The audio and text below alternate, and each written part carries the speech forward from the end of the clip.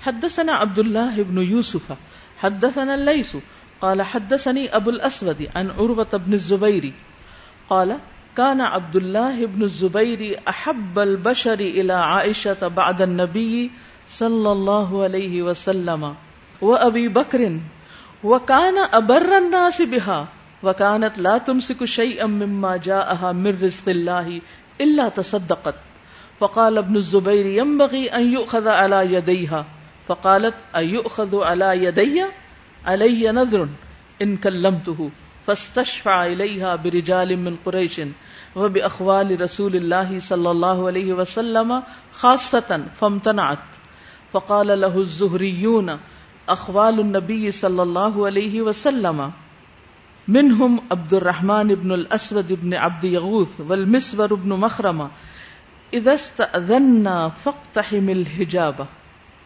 اذا استأذنا فاقتحم الحجاب ففعل فارسل اليها ب10 رقاب فاعتقتهم ثم لم تزل تعتقهم حتى بلغت 40 فقالت وددت انی جعلت حين حلفت عملا اعمله فافرغ منه. بہت ہی مزے کی حدیث.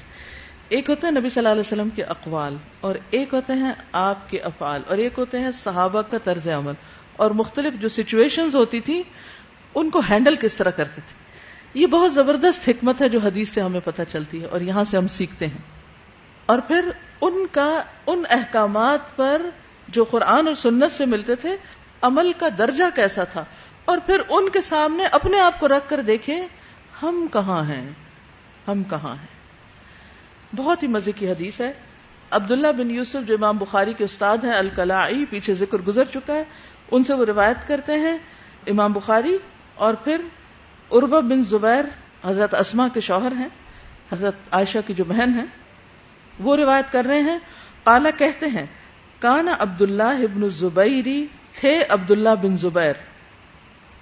یہ کیا لگے حضرت عائشہ کے بھانجے.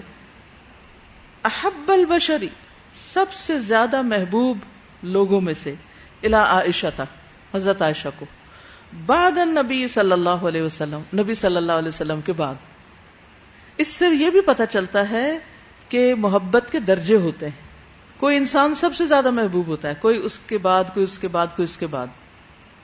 تو یہاں پر حضرت عائشہ جو تھی وہ سب سے زیادہ کس کو چاہتی تھی؟ نبی صلی اللہ علیہ وسلم کو، شوہر ہونے کے اعتبار سے بھی اور اللہ کے رسول ہونے کے اعتبار سے بھی. وکانا، اور وہ تھے کون؟ عبداللہ بن زبیر. ابر الناس بہا، لوگوں میں سب سے زیادہ ان سے حسن سلوک کرنے والے، کیونکہ حضرت عائشہ کی اپنی اولاد نہیں تھی تو بہن کا بیٹا جو تھا وہ ایک طرح سے اپنے بچے کی جگہ تھا، تو بچہ بھی بڑا خیال رکھتا تھا، بہت اچھا سلوک کرتا تھا.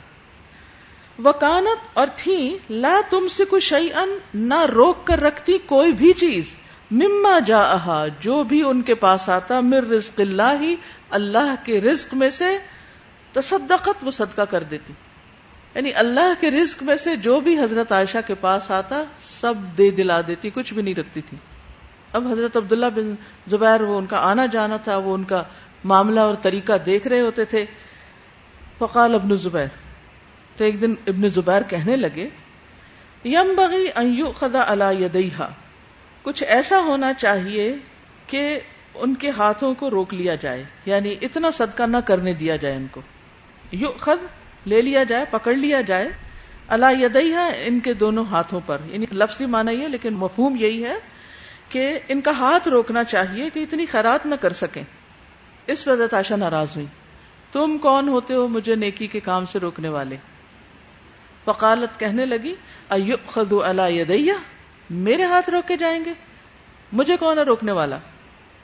علی نذر ان کلمت، میں نے بھی نظر مانی کہ میں اب ان سے بات نہیں کروں گی، میں ان سے بات نہ کرنے کی نظر مانتی. اور نظر اوپن ہی مان لی، کوئی اسپیسیفائی نہیں کیا کہ کیا کروں گی. اگر بولی تو بولنا تو تھا ہی، لیکن غصے میں آ کے کہا میں تو اس سے بولتی نہیں، اور اگر میں بولی تو پھر اس نظر کا کفارہ دوں گی. کیا نظر؟ کچھ نہیں کہا. فاستشفع الیہا برجال من قریش، تو سفارش کی قریش کے کچھ لوگوں نے ان سے، حضرت عائشہ سے، کہ معاف کر دیں، چھوڑ دیں، ان سے بولنا شروع کر دیں. وَبِأَخْوَالِ رسول اللہ صلی اللہ علیہ وسلم خاصتاً، اور خاص طور پر رسول اللہ صلی اللہ علیہ وسلم کے ننیال والوں یعنی بنو زہرہ کے ذریعے سفارش کروائی گئی، کیونکہ وہ کانت ارق شیء الیہ، ان سے سب سے زیادہ مہربان تھی، تو انہوں نے دیکھا کہ یہ بنو زہرہ کا بڑا خیال رکھتی ہیں، ان پر بڑی مہربان ہے، ان کی بات مانے گی، پھر بھی نہیں مانی، فامتنعت، منع کر دیا۔ فقال له الزہریون، تو زہریون نے کہا ان سے، کن سے؟ عبداللہ بن زبیر سے، لہو یہاں مذکر ضمیر ہے۔ اخوال النبی صلی اللہ علیہ وسلم، نبی صلی اللہ علیہ وسلم کے ماموں نے، منہم عبد الرحمن بن الاسود بن عبد یغوث، جن میں سے عبد الرحمن بن الاسود بن عبد یغوث تھے، والمسور بن مخرمہ، مسور بن مخرمہ تھے۔ انہوں نے کیا کہا؟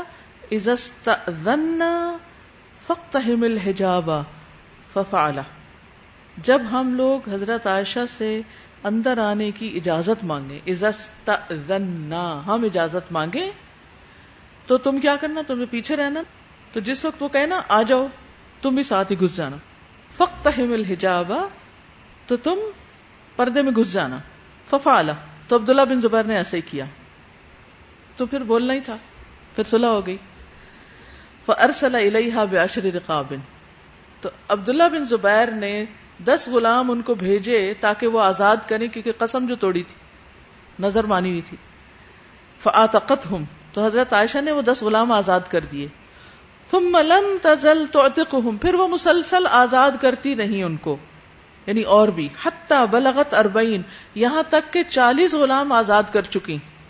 فقالت، پھر کہنے لگی، وددت انی جعلت، یعنی وددت میں چاہتی ہوں، یعنی مجھے چاہیے تھا یا چاہتی ہوں، انی جعلت حین حلفت عملا اعملہ، کہ جس وقت میں نے قسم کھائی تھی تو میں کوئی عمل بیان کر دیتی کہ میں 10 غلام کروں گی، 20 کروں گی، 30 کروں گی، یعنی اس کو اسپیسیفائی کرتی۔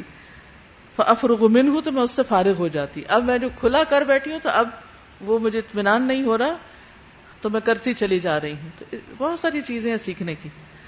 سب سے پہلی بات تو یہ کہ صحابہ کا مقام اور ان کی عبادتیں اور ان کے صدقہ خیرات، ہم میں سے کوئی اس کا مقابلہ نہیں کر سکتا۔ وہ آتا نا کہ اگر تم میں سے کوئی احد برابر بھی خرچ کر دے تو ان کے مد کو بھی نہیں پہنچ سکتے۔ اور یہ ایک حقیقت ہے کہ جو قربانیاں ان لوگوں نے کی ہیں، ہم اس کا تصور بھی نہیں کر سکتے۔ ہم میں سے کون ہے جو ہر آنے والی چیز خیرات کرتا جائے اور اپنے لیے کچھ بھی بچا کے نہ رکھے؟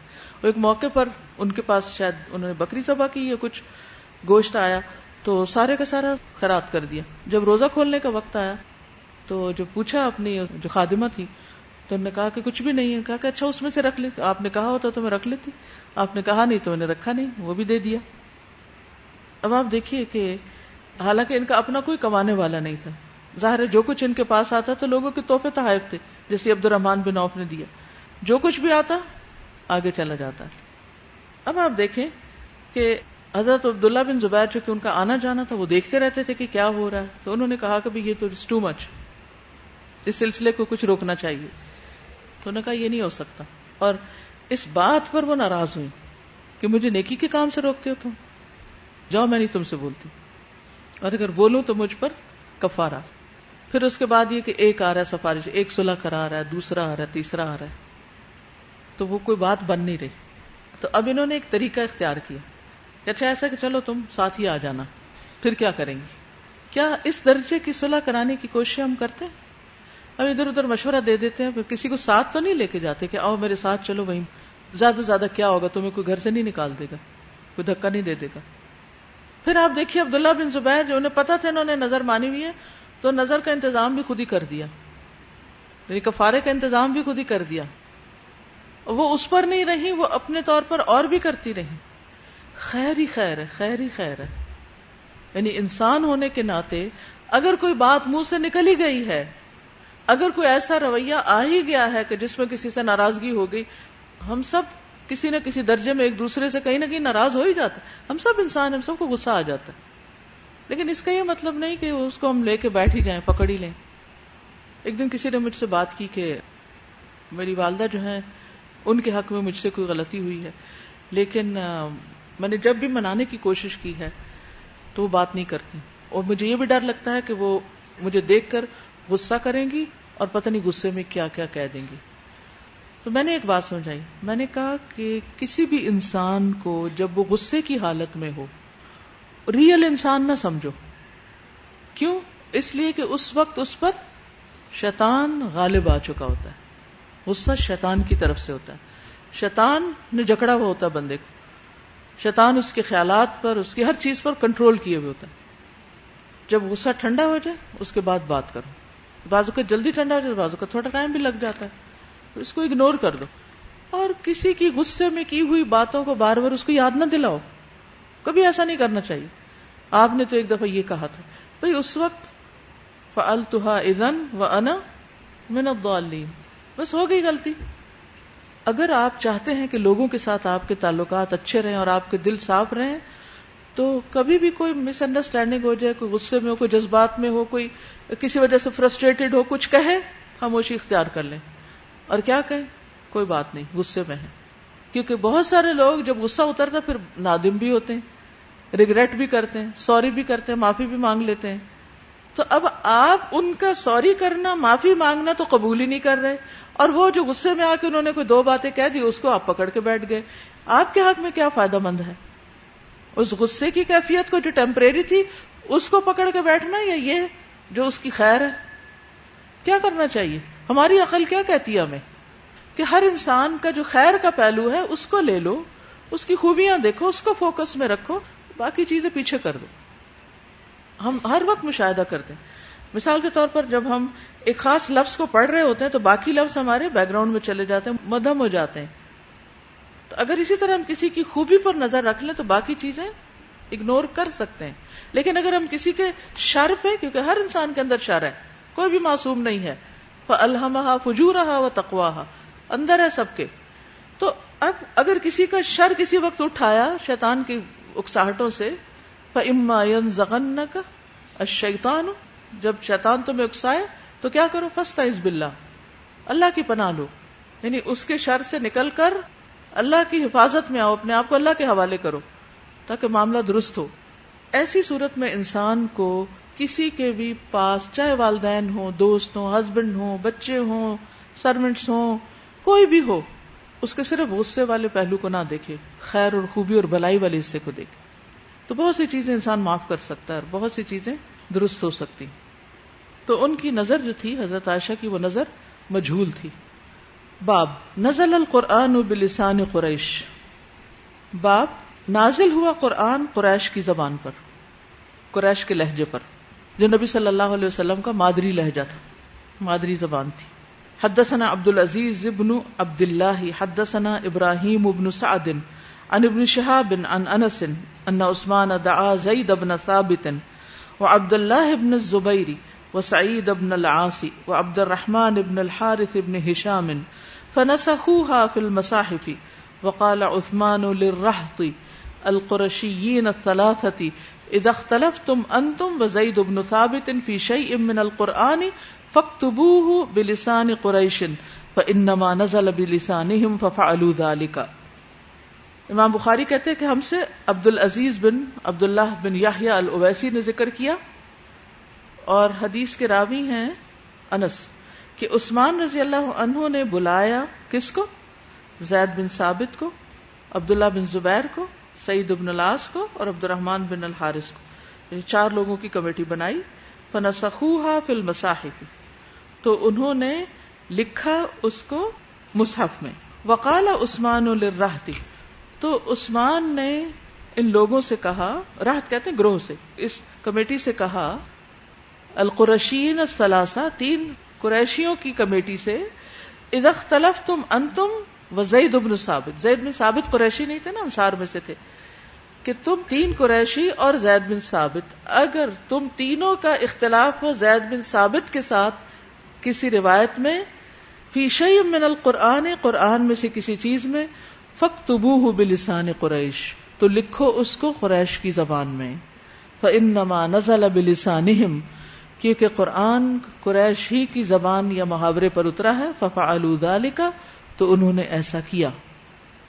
آپ جانتے ہیں کہ قرآن مجید حضرت ابوبکر ہی کی خلافت میں سب کے اتفاق کے ساتھ جمع ہو چکا تھا، اور وہ پھر حضرت ابو بکر کے بعد حضرت عمر کی خلافت میں بھی اسی طرح رہا. حضرت حفصہ کے پاس اس کی آفیشیل کاپی تھی.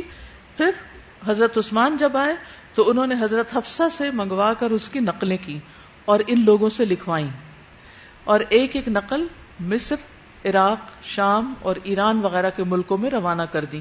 اسی لیے حضرت عثمان کو جامع القرآن کہتے ہیں، قرآن کو جمع کرنے والے. ایسا نہیں کہ اکٹھا اس وقت کیا تھا، بلکہ ان کاپیز پر لوگ متفق ہوئے تھے، جمع ہوئے تھے. تو یہاں بھی قریش کی فضیلت پتہ چل رہی. باب نسبت الیمن الی اسماعیل منہم اسلم ابن افسا ابن حارثہ ابن عمرو ابن عامر من خزاعہ. باب یمن کی نسبت اسماعیل علیہ السلام کی طرف، یعنی یمن والے جو ہیں اسماعیل کی اولاد میں سے ہیں. منہم اسلم ابن افسا بن حارثہ، ان میں سے اسلم کی قوم تھی جو حارثہ کی اولاد میں سے تھی، ابن عمرو ابن عامر بن خزاعہ، اور پھر وہ ابن عمرو ابن عامر جو خزاعہ قبیلہ میں سے تھے. اگلی حدیث ہے حدثنا مسدد حدثنا یحییٰ ان یزید ابن ابی عبید حدثنا سلمۃ رضی اللہ عنہ قال خرج رسول اللہ صلی اللہ علیہ وسلم علی قوم من اسلم یتناضلون بالسوق. مسدد بن مسرحد بن مسربل کہتے ہیں کہ ہم سے یحییٰ بن یزید بن ابی عبید نے بیان کیا، وہ کہتے ہیں ہم سے سلمہ رضی اللہ عنہ نے بیان کیا کہ نکلے رسول اللہ صلی اللہ علیہ وسلم ایک گروہ پر، قوم پر جو اسلم میں سے تھے، یعنی اسلم قبیلے کے. کیا کر رہے تھے وہ لوگ؟ یتناضلون، تیر اندازی کر رہے تھے، بالسوق، بازار میں. وہ لوگ بازار میں تیر اندازی کر رہے تھے. فقال، تو آپ نے فرمایا ارمو بنی اسماعیل، ارمو اے بنی اسماعیل تم تیر پھینکو. فإن اباکم کان رامیا، کیونکہ تمہارا باپ کیا تھا؟ تیر انداز تھا. کس کی طرف اشارہ؟ اسماعیل علیہ السلام کی طرف. وأنا مع بنی فلان، اور میں بنو فلان کے ساتھ ہوں، یعنی میں ان کی سائڈ پر ہوں. لأحد الفریقین، دو گروہوں میں سے ایک کے ساتھ ہو گیا آپ، یعنی دو گروہ آپس میں تیر اندازی کا مقابلہ کر رہے تھے. تو آپ نے ان کو انکریج کیا، موٹیویٹ کیا، اور فرمایا کہ میں ان میں سے فلاں کے ساتھ ہوں. اب کیا ہوا؟ فأمسکوا بأیدیہم، تو دوسرے گروہ نے اپنے ہاتھ روک لیے، انہوں نے کہا ہم نہیں تیر چلائیں گے. فقال ما لہم، فرمایا انہیں کیا ہوا؟ قالوا وکیف نرمی، وہ کہنے لگے ہم کیسے تیر پھینکیں. وانت مع بنی فلان، اور آپ ان دوسروں کے ساتھ ہیں، آپ بنو فلان کے ساتھ ہیں، ہم تو آپ کا مقابلہ نہیں اس طرح کریں گے. قال ارموا وانا معکم کلکم، فرمایا تیر اندازی کرو میں تم سب کے ساتھ ہوں. کیا خوبصورت انداز ہے، جرا بحث کچھ نہیں کیا. اچھا میں سبھی کے ساتھ، دونوں کے ساتھ، پھینکو تم کام کرو، اپنا کام جاری رکھو. اور یہ قدرتی بات ہے کہ اگر نبی صلی اللہ علیہ وسلم کسی ایک کے ساتھ ہو تو دوسروں کے اندر تو بات آئے گی کہ آپ ہمارے ساتھ نہیں ہیں، یا یہ کہ آپ ان کے ساتھ ہیں، آپ کا تیر تو بہت زبردست نشانے پہ لگے گا اور ہم پیچھے رہ جائیں گے، اور آپ کی برکت سے وہ جیت جائیں گے، ہم کیا کریں گے؟ تو ہم نہیں مقابلہ کرتے. باب حدثنا ابو معمر حدثنا عبد الوارث عن الحسین عن عبد الله بن بريدة حدثني يحيى بن يعمر ان ابا الاسود الديلي حدثه عن ابي ذر رضی اللہ عنہ. امام بخاری کہتے ہیں کہ ہم سے ابو معمر نے روایت کیا، ان کا نام المقعد المنقری تھا، ابو الحجاج، اور حدیث روایت کی ہے ابو ذر نے رضی اللہ عنہ. انہ سمع النبی صلی اللہ علیہ وسلم یقول، انہوں نے سنا نبی صلی اللہ علیہ وسلم کو فرما رہے تھے، لیس من رجل، نہیں کوئی شخص، ادعا، جو دعویٰ کرے، لغیر ابیہ، اپنے باپ کے علاوہ کسی اور کی طرف، وہو یعلمہ، اور وہ جانتا ہو اس کو، الا، مگر، کفر باللہ، اس نے کفر کیا اللہ کے ساتھ. ومن ادعا قوما، اور جس نے دعویٰ کیا ایک قوم کے ساتھ، لیس لہ فیہم نسب، جس کا ان میں کوئی نسب نہیں تھا، یعنی اس نسب سے وہ تعلق نہیں رکھتا تھا، فلیتبوأ مقعدہ من النار، اسے چاہیے کہ آگ سے اپنا ٹھکانہ بنا لے. ادعا کا معنی خالی دعویٰ نہیں، یعنی اپنے آپ کو منسوب کیا، یہ مراد ہے. کہ رسول اللہ صلی اللہ علیہ وسلم نے کیا فرمایا کہ جس نے دوسرے شخص کو جان بوجھ کر اپنا باپ کہا، حالانکہ اس کا باپ نہیں، اسے پتا ہے کہ یہ میرا باپ نہیں، پھر بھی وہ اس کو باپ کہتا ہے، تو یہ چھوٹی سی بات نہیں، یہ اللہ کے ساتھ کفر کرنا ہے. اب کفر کرنے کا مطلب یہ نہیں کہ اس نے اللہ کا انکار کر دیا، یعنی ناشکری کرنا ہے. یا یہ کہ بہت سخت غلط کام کیا اس نے، بہت بڑا جھوٹ ہے کہ انسان اپنے باپ کو نگیٹ کر کے کسی اور کو اپنا باپ کہنا شروع کر دے. اور اسی طرح کوئی یہ کہے کہ میں ہاشمی ہوں، میں سید ہوں، میں پٹھان ہوں، میں فلاں ہوں، حالانکہ وہ نہ ہو، تو ایسا جھوٹ بھی انسان کو جہنم میں لے جانے والا ہے. یہ دیکھیں فَلْيَتَبَوَّأْ مَقْعَدَهُ مِنَ النَّارِ. یہ کچھ لوگ ہوتے ہیں نا کہ مثلا گاؤں میں رہتے ہیں تو کوئی اور ذات ہوتی ہے، شہر میں آتے ہیں یا لوگوں کے سامنے یا دکھاوے کے لیے، یا لوگ چونکہ تانے وغیرہ دیتے ہیں ذات پات کے معاملے میں، تو وہ کیا کرتے ہیں اپنی ذات ہی بدل لیتے ہیں، اپنے آپ کو خان کہنا شروع کر دیتے ہیں یا کوئی اور اس طرح کی ذات اپنے ساتھ لگا لیتے ہیں. تو اپنے آپ کو کسی ذات کی طرف منسوب کرنا جبکہ وہ اصل ذات نہ ہو، اور کسی باپ کی طرف جبکہ وہ اصلی باپ نہ ہو، یہ ایک بہت ہی خطرناک چیزیں ہیں، خطرناک علامات ہیں. اسی سے ملتی جلتی ایک اور حدیث ہے، حدثنا علی بن عیاش. امام بخاری کہتے ہیں کہ ہم سے علی بن عیاش نے روایت کیا. علی بن عیاش بن مسلم الالہانی، حافظ صدوق عابد، یہ بھی حمص کے رہنے والے تھے. 143 ہجری میں پیدا ہوئے، ثقہ تھے، اور ان کے بارے میں بہت یعنی اچھی روایات ہیں، لوگوں نے ان کی بہت تعریف کی. بہرحال امام بخاری نے ان سے سنا. یہ کہتے ہیں کہ حدیث کے راوی جو ہیں وہ واثلہ بن اسقا ہیں. کہتے ہیں کہ رسول اللہ صلی اللہ علیہ وسلم نے فرمایا، ان من اعظم الفرا، بہت بڑے جھوٹ میں سے ہے یہ بات، ان یدعی الرجل، کہ دعویٰ کرے انسان یا منسوب کرے انسان اپنے آپ کو الی غیر ابیہ، اپنے باپ کے علاوہ کسی اور کی طرف، او یری عینہ ما لم یرا، یا دکھائے اپنی آنکھ کو جو اس نے دیکھا نہیں، جھوٹا خواب بیان کرے، غلط سلط باتیں خواب کے نام پر لوگوں سے کرے کہ میں نے یہ خواب دیکھا، میں نے خواب میں یہ دیکھا، حالانکہ اس نے دیکھا نہ ہو. او یقولا، یا کہے علی رسول اللہ صلی اللہ علیہ وسلم، رسول اللہ صلی اللہ علیہ وسلم کے بارے میں وہ بات، ما لم یقل، جو آپ نے کہی نہ ہو، یعنی جھوٹی حدیث روایت کرے. تو یہ 3 قسم کے جھوٹ جو ہیں یہ بہت ہی بڑے جھوٹ ہیں. کون کون سے؟ نمبر 1، اپنے آپ کو غیر باپ کی طرف منسوب کرنا، کسی کو اپنا باپ کہنا جبکہ وہ باپ نہ ہو. نمبر 2، جھوٹا خواب بیان کرنا. نمبر 3، نبی صلی اللہ علیہ وسلم پر جھوٹ باندھنا، جھوٹی حدیث بیان کرنا. یہ بہت ہی کبیرہ گناہوں میں سے یہ گناہ ہے، ان سے بچنے کی ضرورت ہے. کیونکہ آپ دیکھیے کہ خواب بھی نبوت کا ایک حصہ ہے نا، یعنی 40واں، اور بعض روایات میں دیگر بھی بتائی گئی ہیں. تو اس طرح کے جھوٹ جو ہیں وہ انسان کی پوری شخصیت پر اثر انداز ہوتے ہیں، اور اس سے صرف انسان کو ذاتی طور پر نقصان نہیں ہوتا یا صرف خود متاثر نہیں ہوتا، بلکہ بہت سے لوگ اس سے متاثر ہوتے ہیں. اب مثلاً آپ اگر کسی اور کے نام سے اپنے ڈاکیومنٹ بنوا لیتے ہیں، اس کو باپ کہتے ہیں، اس کو باپ ظاہر کرتے ہیں، اچھا اس کا نقصان کیا ہوگا کہ اگر کسی کو پتا نہیں اور وہ شخص فوت ہوتا ہے تو آپ اس کے کیا بن جائیں گے؟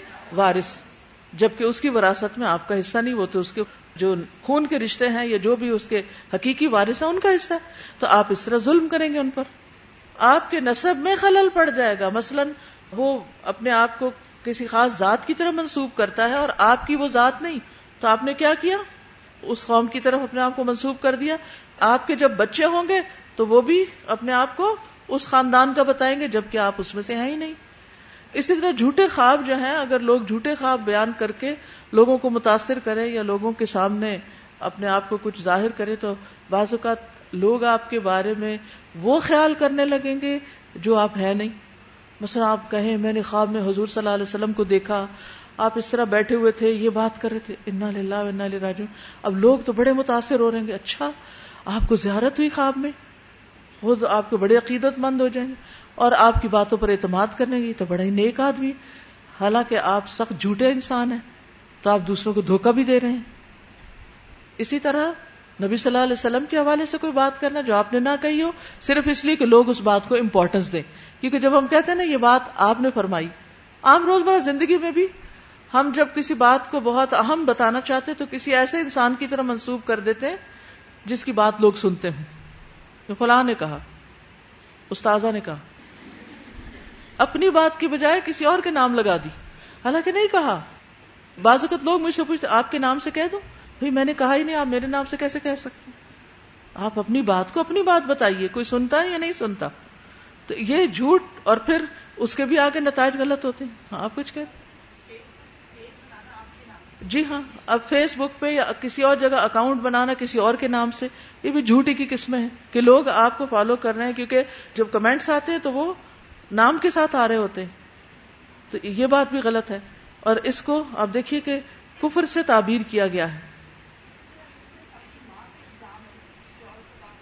جی ہاں، اپنی ماں پہ بھی الزام ہے کیونکہ یعنی کہ نعوذ باللہ اس کا رشتہ کسی اور کے ساتھ تھا.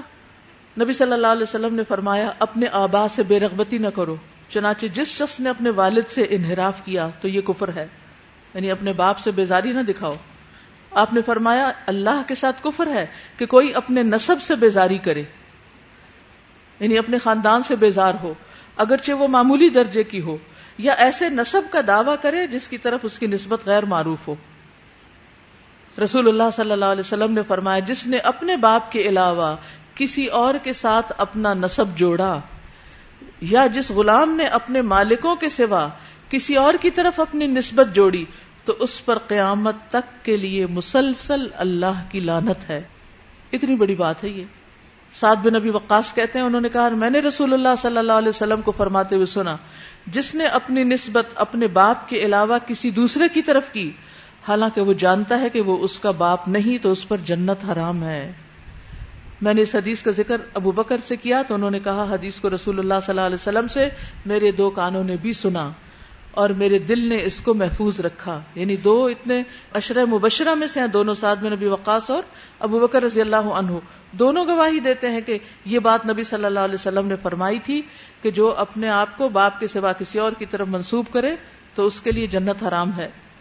عبداللہ بن عمرو سے مروی ہے کہ نبی صلی اللہ علیہ وسلم نے فرمایا جو شخص اپنے علاوہ یعنی اپنے باپ کے علاوہ کسی اور کی طرف اپنی نسبت کرتا ہے وہ جنت کی خوشبو بھی نہیں سونگھ سکے گا، حالانکہ جنت کی خوشبو تو 70 سال کی مسافت سے آتی ہے. حسب نسب کی حفاظت کرنا اور اس کا لحاظ رکھنا نہایت ضروری ہے. اللہ سبحانہ وتعالی ہم سب کو سچا اور سچ بولنے والا اور سچ پر عمل کرنے والا اور سچ ہی کو تلاش کرنے والا بنا دے. وآخر دعوانا ان الحمد للہ رب العالمین. السلام علیکم ورحمۃ اللہ وبرکاتہ.